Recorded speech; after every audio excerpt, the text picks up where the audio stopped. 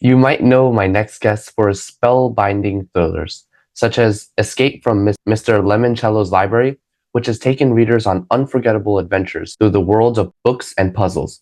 Or perhaps you've enjoyed his collaborations with the legendary James Patterson, co-authoring the popular iFunny and Treasure Hunter series. My guest's ability to transport readers to fascinating worlds, whether they're solving mysteries in a library or embarking on a high-stakes treasure hunt, is nothing short of magical.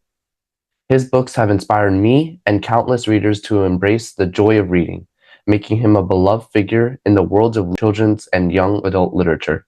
Sit back, relax, and get ready for New York Times best-selling author, the one and only Chris Grabenstein. Hey, Christopher, good to see you. My name's Christopher too, but only when my mother was mad at me.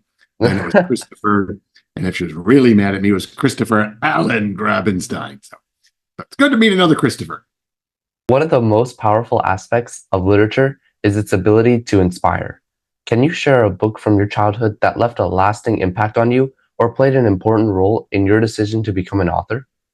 Well, that's very interesting, Christopher. I get asked this question an awful lot, and I have to admit how old I am. When I was your age and in upper elementary, middle school, we did not read books when I went to school. We had something called SRA, which was a big box of color-coded essays, and each essay was like about 2,000 words long. You'd read the essay, then it'd be about 10 comprehension questions. If you got them all right and you did enough in one color, you got to move to the next color, got to move to the next color. It was very depressing. I think they were teaching us how to take SAT tests because that's pretty much what the English or oral, whatever they call that part of the SAT test is. You read comprehension, you answer questions. So the books that were very important to me, I have a bunch of them right behind me up there, are books published by the usual gang of idiots at Mad Magazine. I got my first subscription to Mad Magazine when I was 10 years old, and it was filled with satire and parodies, and they would knock the stuffing out of anything. They would make fun of commercials, movies, TV shows, politicians. They would make up silly rhymes. And those books and magazines, because I would save up my quarters all year long, and on my summer vacation, I'd buy like 6 of those Mad books, and I'd read all of those, and I got the magazine every month. And that book and that whole Mad Magazine experience, coupled with some good watching of Rocky and Bullwinkle cartoons, taught me the most about the power of words, and especially how you can use words and be funny and get people's attention. So a lot of authors my age, you'll hear them cite Mad Magazine was the biggest influence in our young lives. Your books often blend elements of mystery, humor, and adventure. How do you maintain such perfect balance in your storytelling? Oh, well, that's awfully nice of you to say that. I guess it's just practice. And also, when I was working in advertising, James Patterson, who you've mentioned, was my first boss in advertising. And he always told us, write as if nobody wants to or has to watch or listen to anything you've written, that you have to earn their attention with every sentence. We had to grab the viewer's attention in the first 5 seconds or they changed the channel on us. So that was a great experience working in advertising for 16 or 17 years. And I also, I always like to tell folks, it's kind of when you're writing, think about a roller coaster. If you were on a roller coaster where you went up a hill and all you did was go downhill from that point on, all you did was go, you went into some eternal pit in the earth and all you did was keep going down, you would not want to ride that roller coaster. But what makes a roller coaster fun is the anticipation as you climb that first hill, and then as you go over, oh my gosh, I can't believe I did this. I did it. And you get down to the bottom of that hill, it's like, oh, it wasn't so bad. What? There's another hill? I'm going up another hill. And now it's going to do some ups and downs, and maybe it's going to do a loop-de-loop. So the construction of a story is very much like making a good ride or a game. You have to keep your viewers, your readers off balance. You have to spin a story. Never take your readers where they want to go right away and keep spinning that story around. Escape from Mr. Lemoncello's Library has become a modern classic for young readers. Can you share the inspiration behind this book and the role libraries play in your life? Well, when I was growing up, libraries were scary places. They were a place you went into in the library and went, shh, be You wake up the books, or get your sticky fingers off the books, Christopher. And so they were very scary places. And you've probably seen like pictures of librarians. If you watch the movie It's a Wonderful Life, when they talk about Mary, what happened to Mary? I got to know what happened to Mary. No, she's a librarian. It was like the worst thing that could happen to someone. She became a librarian, had little glasses, and had her buttoned up to here and wore it. Like, oh, stay away from me, scary man. But when my very first books for kids came out, the Haunted Mystery series, I started doing a lot of school visits. And my day would typically start in the media center or the library.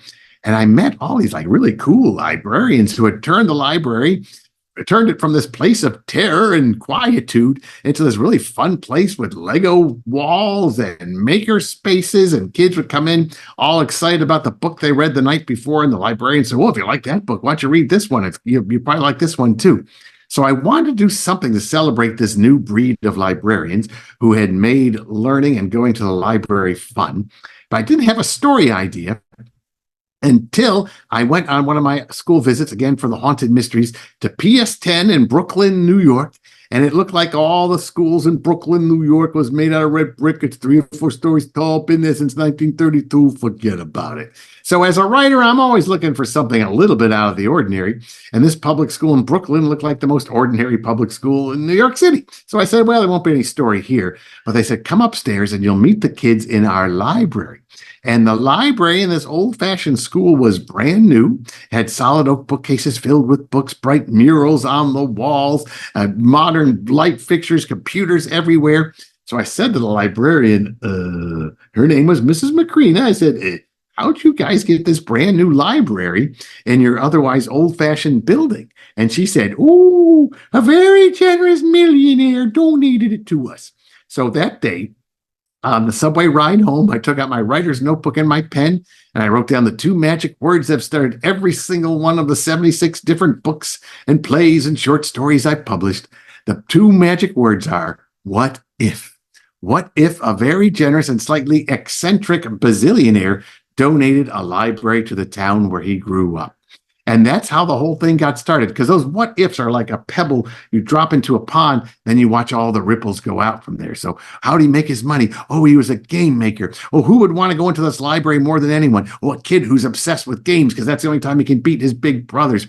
Oh, and then have a grand opening where all the 12-year-olds who haven't had it. So it all grows from that one idea. Your collaborations with James Patterson have been incredibly successful. How do you approach co-writing with other authors?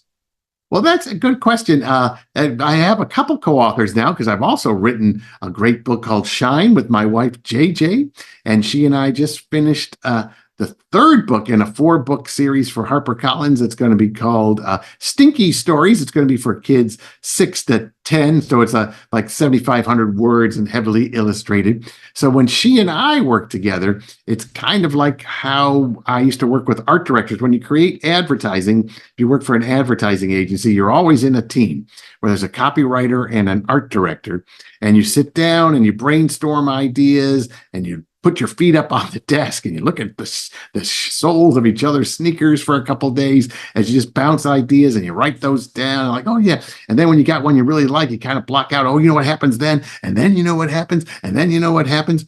And then in that situation, I would have to go back, all right, let me go type something up. And I go write up a script. So when JJ and I work together, we will brainstorm ideas for several weeks. We'll block it all out, and I might sit down and write the first chapter, like a first take of her first chapter, then she'll go through it and write the second take of that chapter, give it back to me. I'll revise it. So we'll go back and forth, a lot of revisions. And the important thing to remember when you're collaborating like that is there are no bad ideas in the first draft. Because what can shut down collaboration faster than anything is going, no, that won't work. No, we tried that once. No, that, now. Now, when I work with James Patterson, it's a little different because Mr. Patterson has 5 million ideas a month, and he writes down these ideas. He's got these folders. You can watch a CBS Sunday morning show about him. You'll see him open up his credenza. It's just filled with manila folders filled with ideas. So he'll call me up and say, hey, I got this idea about a stand-up comic who wants to be the funniest kid in the universe. Well, you want to work on that? And I will say, yes, I do. And then he'll send me an outline. then I'll work against that outline. And as we've done 36 books together, and as we've gotten, more familiar with each other, he lets me have some freedom within his outline. Like if I want to take the story slightly in a different direction, like he'll let me do that. But every month I send him 10,000 words. He looks at those words, calls me up within 2 days. And the best calls are great, keep going. The worst calls are, do you have a pencil and a pad of paper handy? Because that means he's got a lot of notes on that first draft I did. So we'll go back and forth like that, maybe 4 months until we've got like a 40,000 word first draft. Then he'll go through and make some more changes and polish it up. And he's in charge of the final draft. So those books start with his big name, my little name. With my wife and I, we share equal billing because we share the burden. Chris, you are actively involved in visiting schools and interacting with young readers.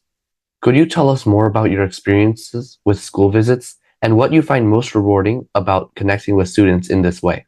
Oh, yeah, it's a lot of fun. That's the number one thing. And they keep me young. I just did a group of third, fourth, and fifth graders down in Florida last week, and that was kind of fun. And we do a little improv game. We have a lot of fun. What my whole purpose is to try to make kids know that writing can be fun. Because when they taught me writing back in junior high school and elementary school, there was a lot of rigid formulas, and it was really more of a focus on grammar and blocking out. We used to have to outline sentences. I don't think people do that anymore. And that taught me a lot about sentence structure, but man, was it boring, and it was tedious, and it wasn't fun.